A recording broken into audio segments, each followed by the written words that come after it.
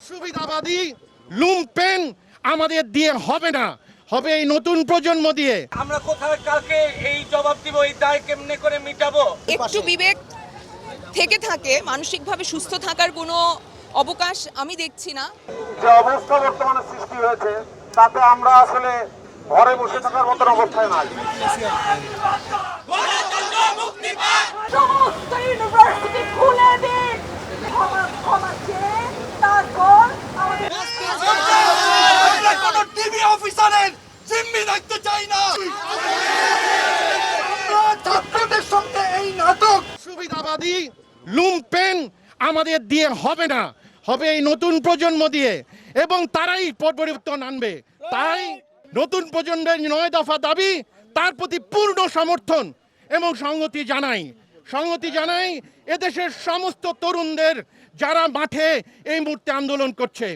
দাবি জানাই বিচার বিভাগের তদন্তের মাধ্যমে প্রতিটা হত্যার বিচার করা হোক। এই অবস্থায় অবশ্যই মানসিকভাবে যদি আমার একটু বিবেক থেকে থাকে মানসিকভাবে সুস্থ থাকার কোনো অবকাশ আমি দেখছি না।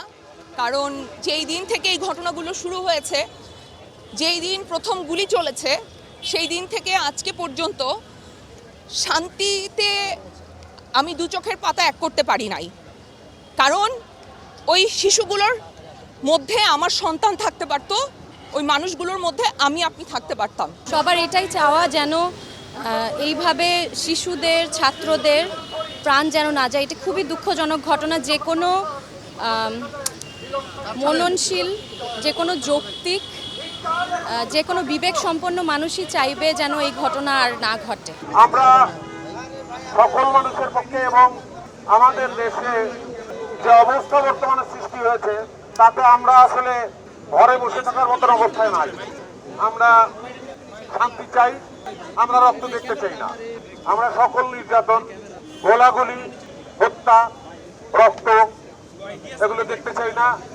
এগুলোর বাইরে আমরা থাকতে চাই, আমরা শান্তি চাই। দেশের মানুষ যখন সবাই একসাথে কোনো ন্যায্য দাবি রাখে তখন সেটা একটু হলেও মাথায় আনা দরকার যে সেটা ফেলে দেওয়ার মতো না।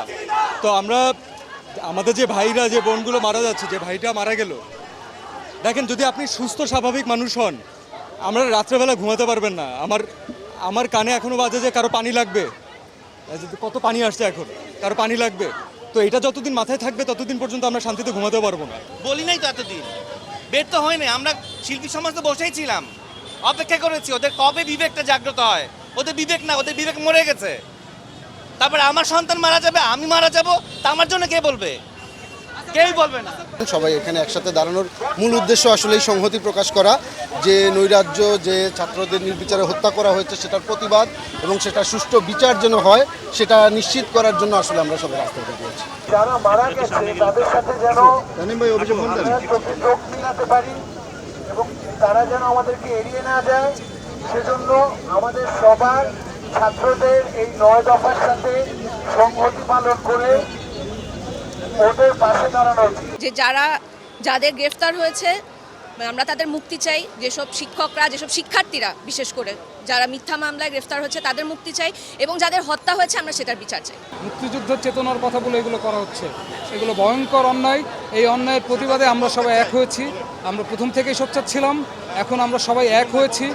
বিচিত্র ধরনের মানুষ, হয়তো অনেকে অনেক দিন চুপ ছিল, কিন্তু কেউ আর থাকতে পারছে না।